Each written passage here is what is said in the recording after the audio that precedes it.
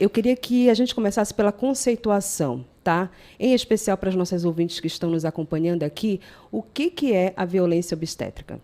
Bom, a violência obstétrica são condutas que podem ser tomadas, sim, por profissionais da saúde, mas pode envolver a secretária que fez o acolhimento daquela mulher na maternidade, pode ser o próprio acompanhante, a família.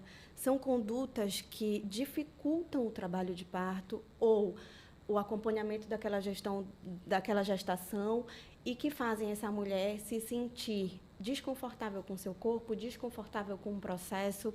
Então, a gente tem condutas possíveis psicológicas, a gente tem condutas físicas, tudo que for inadequado naquela assistência à gestação, ao parto e também no puerpério, pode ser considerado violência obstétrica. Perfeito.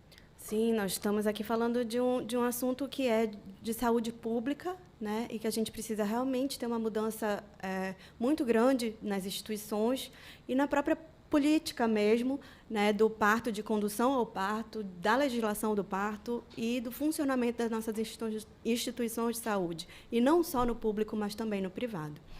A ONU hoje preconiza entre 15% a 20% de percentuais adequados para serem levados à cirurgia cesariana.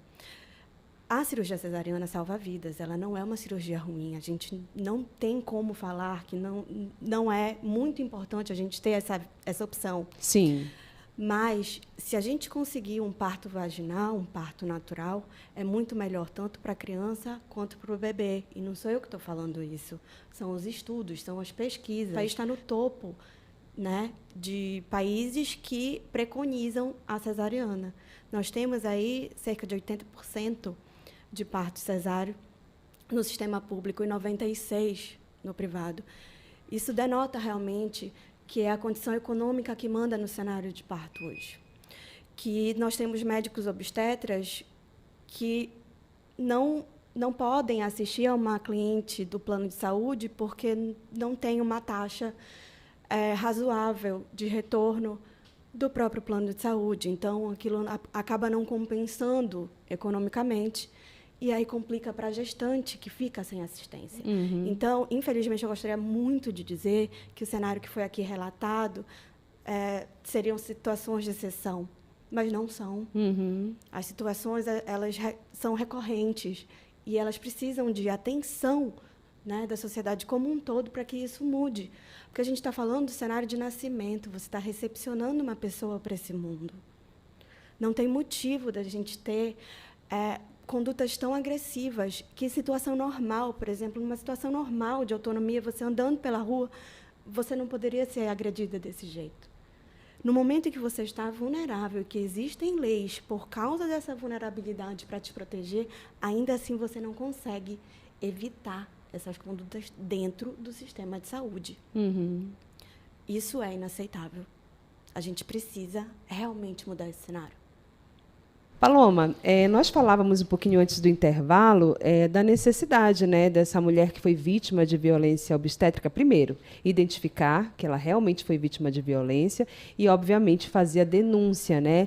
E aí, eu queria que você desse esse serviço para a gente, né? Onde é que essas mulheres elas podem denunciar, fazer essas denúncias? Quais são esses órgãos, né? De que maneira elas podem proceder?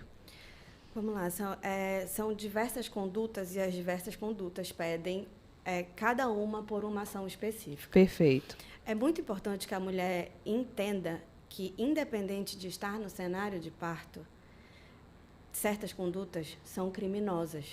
Então, a gente pode caracterizar, por exemplo, uma episiotomia sem considerar a autonomia de negativa da mulher, sem consentimento, é crime, é uma lesão corporal.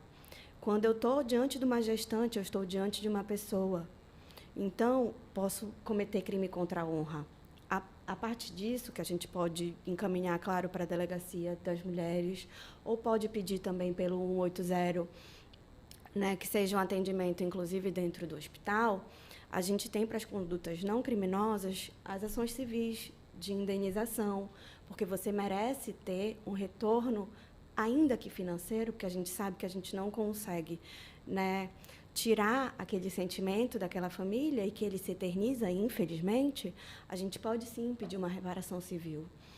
tá? Porque hoje nós temos legislações que amparam.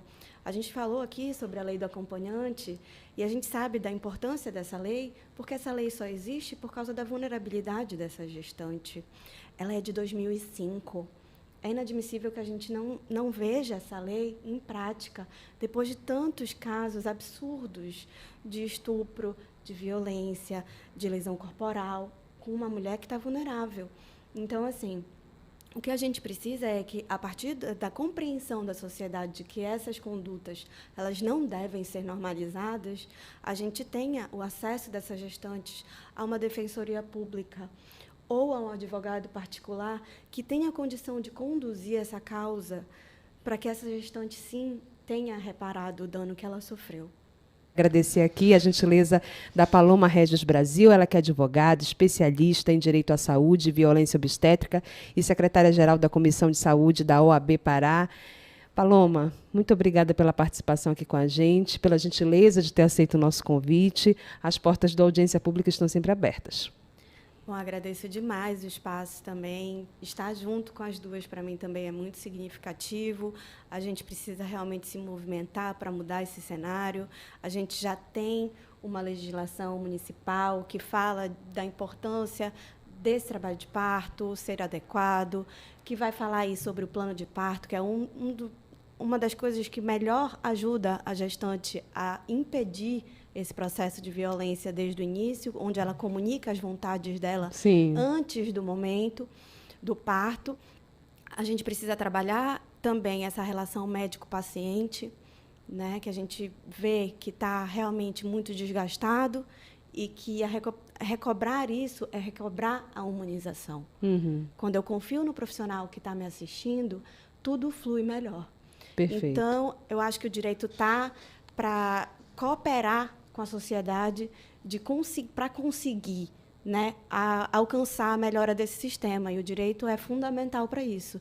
Então, essas mulheres precisam, sim, ter o apoio do judiciário para poder tanto recobrar, né, esses danos sofridos, quanto evitar, de fato, sofrer novos danos.